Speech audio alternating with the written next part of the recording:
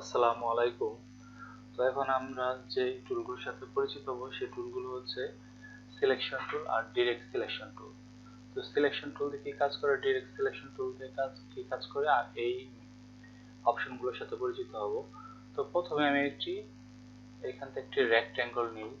দেখেন, একটি রেক্ট্যাঙ্গল নেওয়ার সাথে সাথে এখানে কিন্তু আপনার কতগুলো অপশন চলে আসছে। তো প্রথমে হচ্ছে দেখেন, এখানে আপনার ভিউ শো করতেছে, অর্থাৎ আপনি যেটা নেবেন। যদি এখান থেকে আপনি ইলিপস নেন তাহলে আপনি ইলিপস এখানে শো করবে। দেখেন, ইলিপস শো করতেছে। তো আমি প্রথমেই একটা আপনার এখান থেকে এখান থেকে আপনার একটা রেক্টেঙ্গল নিলাম। তো দেখেন, এখানে হচ্ছে আপনার এটা ফিল কালার। এখান থেকে আপনি চাইলে ফিল কালার চেঞ্জ করে দিতে পারেন। আপনি আপনার মন মতো যে কোনো কালার এখান থেকে ফিল কালার চেঞ্জ করে দিতে পারেন। তো এখানে আমি একটা বিষয় বলে রাখি, সেটা হচ্ছে সিলেকশন টুল দিয়ে আপনার যে কোনো অবজেক্টকে আপনি চাইলে ইচ্ছা মতো সিলেক্ট করতে পারবেন। আর ডিরেক্ট সিলেকশন টুল দিয়ে মূলত আপনার পয়েন্টগুলো সিলেক্ট করার জন্য আপনি ডিরেক্ট সিলেকশন টুল ব্যবহার করতে পারবেন। তো দেখেন, এখানে আপনার কতগুলো পয়েন্ট আছে, চারপাশে 4টা পয়েন্ট আছে। আপনি চাইলে এই পয়েন্টগুলো এডিট করতে পারবেন। দেখেন, আমি চাইলেই ডিরেক্ট সিলেকশন টুল দিয়ে পয়েন্টগুলো এডিট করতে পারতেছি। এইভাবে মূলত আপনার পয়েন্টগুলো ডিরেক্ট সিলেকশন টুলের মাধ্যমে আপনার পয়েন্টগুলো এডিট করতে পারবেন। তো এই হলো সিলেকশন টুল, এ হচ্ছে ডিরেক্ট সিলেকশন টুল। তো সিলেকশন টুল দিয়ে আপনার যে কোনো অবজেক্টকে যে কোনো জায়গায় আপনি মুভ করাতে পারবেন। তারপরে যেটা আছে সেটা হচ্ছে এখান থেকে আপনার স্ট্রোক কালার। আপনি চাইলে এটার স্ট্রোক কালার চেঞ্জ করে দিতে পারেন। দেখেন, স্ট্রোক কালার আছে ব্ল্যাক, আপনি চাইলে এটা হোয়াইট করে দিতে পারেন। তারপরে হচ্ছে আপনি স্ট্রোক, এটার আপনার কতটুকু স্ট্রোক মোটা সেটা আপনি এখানে শো করতেছে। আপনি চাইলে এটা মোটা করে দিতে পারেন। চাইলে আপনার এখান থেকে দেখেন, আমি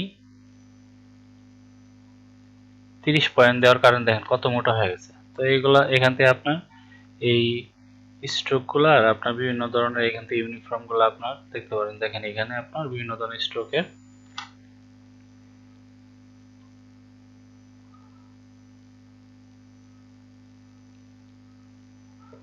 এখান থেকে আপনার বিভিন্ন ধরনের স্ট্রোকে আপনার এগুলা করে দিতে পারেন। দেখেন, এখান থেকে আপনার কতগুলো আর্টিস্টিক স্ট্রোক আছে, ব্রাশ আছে। দেন এই ব্রাশগুলো আপনি এখান থেকে ইউজ করতে পারেন।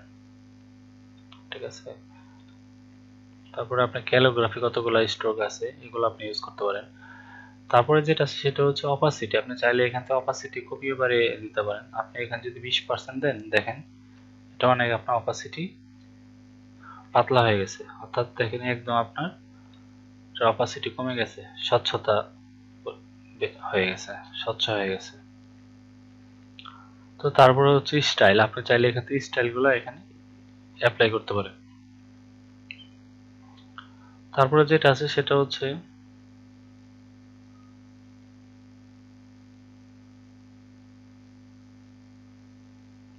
এখান থেকে যেটা আছে সেটা হচ্ছে কালার। আপনি চাইলে এখান থেকে কালার, দেখেন কালার পরিবর্তন হবে। দেখেন, কালার কিন্তু আপনি ইচ্ছা মতো পরিবর্তন করতে পারতেছেন। তো এটা হচ্ছে রিকালার আর্টওয়ার্ক প্যানেল। তো তারপরে যেটা আছে সেটা হচ্ছে অ্যালাইন। আপনার এই অবজেক্টটিকে আপনার কোনটার সাথে আপনি অ্যালাইন করবেন সেটা এখানে শো করতেছে। তারপরে হচ্ছে আপনার এই অবজেক্টটা কত ডিগ্রি আপনার ইয়েতে আছে সেটা এখানে শো করতেছে। আপনি যদি এটা বাড়াই দেন, দেখেন এটা আপনার কি আস্তে আস্তে এটা কিন্তু আপনার এটা পিক্সেলের সংখ্যাগুলো বেড়ে যাবে। তো এরপরে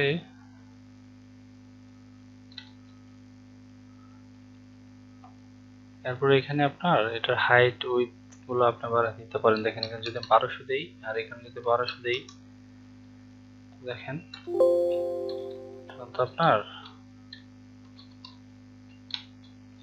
ঠিক আছে। এখানে এটা এই আপনার লিঙ্কটার কারণে এটা অটোমেটিক্যালি এখানে নিয়ে নিছে। আপনি চাইলে এখানে 1200 দিতে পারেন। দেখেন, 1200 বাই 1200 হাইট উইথ। তো এই হলো মূলত। তারপরে এখানে কতগুলো অপশন আছে। আইসোলেটেড, আপনি চাইলে এটাকে গ্রুপিং করা থাকলে আপনি এটাকে এডিট করতে পারবেন, বিভিন্নভাবে এডিট করতে পারবেন আইসোলেটেড থাকার কারণে। তো এই হচ্ছে মূলত সিলেকশন টুল, ডিরেক্ট সিলেকশন টুলের ব্যবহার। আশা করি বুঝতে পেরেছেন। পরবর্তী টিউটোরিয়াল দেখার আমন্ত্রণ জানিয়ে এখনকার মতো এখানে বিদায় নিচ্ছি। আল্লাহ হাফেজ।